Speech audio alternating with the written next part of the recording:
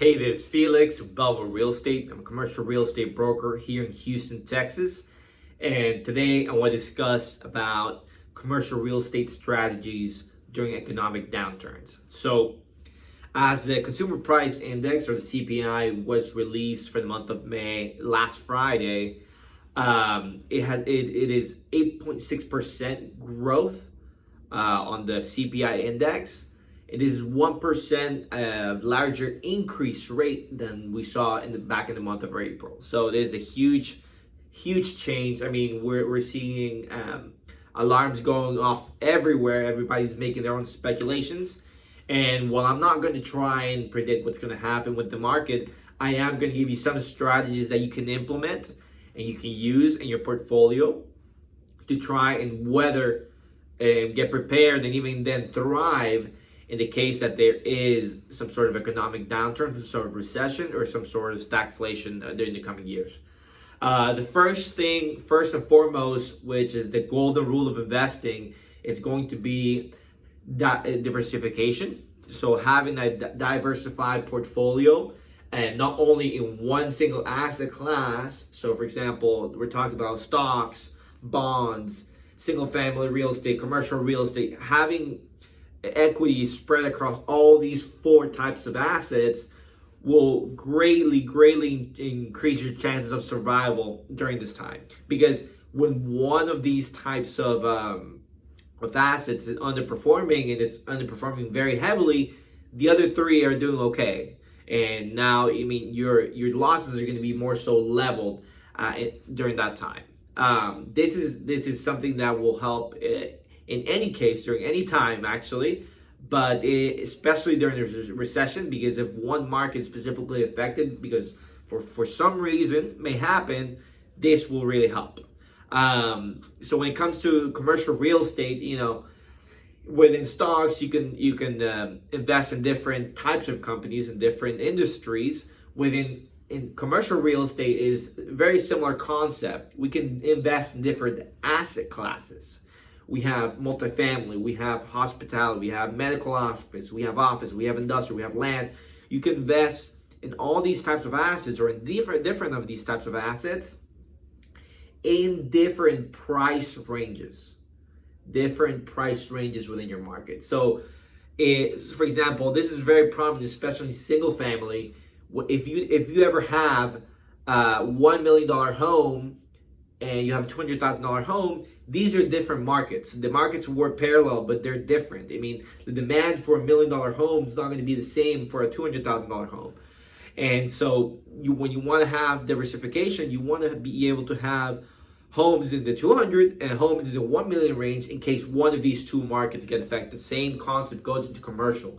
You want to have access to multifamily, want to have access to industrial, because if one of these is affected for one reason or another, you have the other one that's going to perform decently for you. So that's point number one. Diversification is so important. And the last thing, I mean, within the diversifying your commercial real estate portfolio, is investing in different locations. Not in only one part of town, not only one town, not only one city, not only one state, not only one country. You could use this principle. I mean, some cities, some towns, some states are going to be affected more than others, and you can leverage these principles to try and buffer or hedge against the losses. So the second point I want to make is having the ability to maintain liquidity during these times.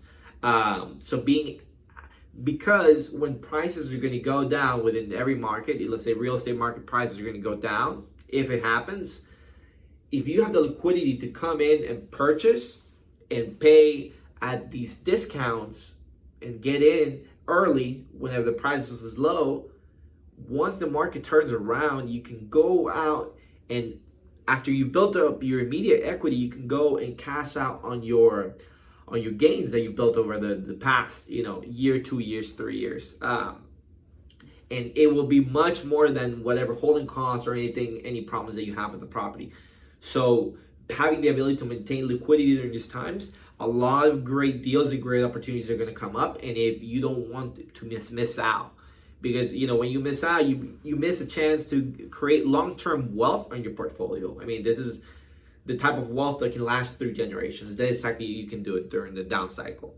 The third point I want to make is investing in already cash flowing assets. So let's say buying an industrial property that has already a lease in place with somebody for, let's say, 3 to 5 years, and you know that they're not going to go anywhere. There's a manufacturing firm, they have a reputation with a good name to go, and they cannot go under.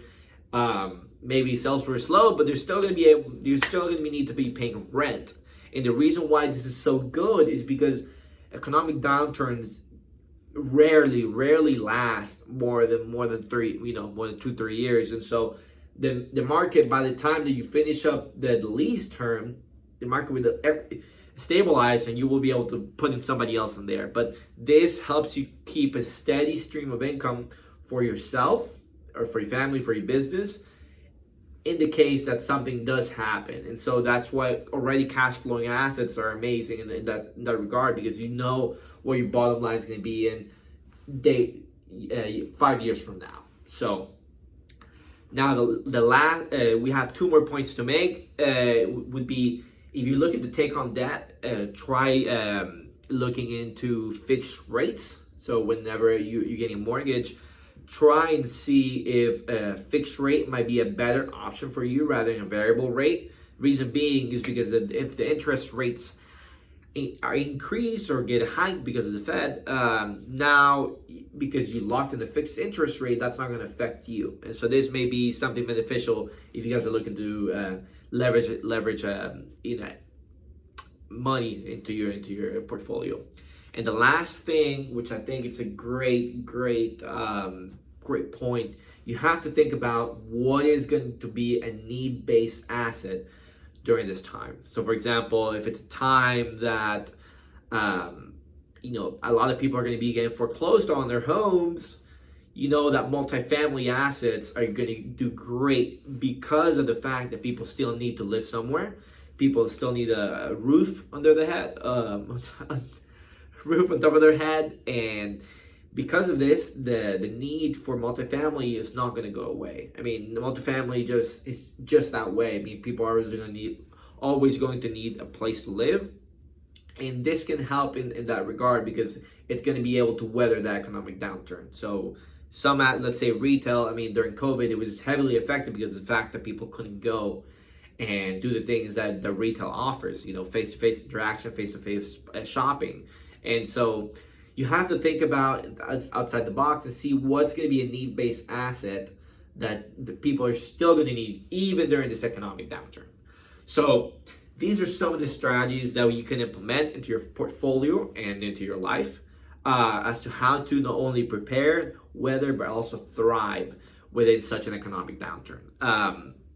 If you would like to put these principles into your leverage them into your portfolio, please don't hesitate to reach out. My name is Felix Galan. Thank you very much for listening. Have a great day.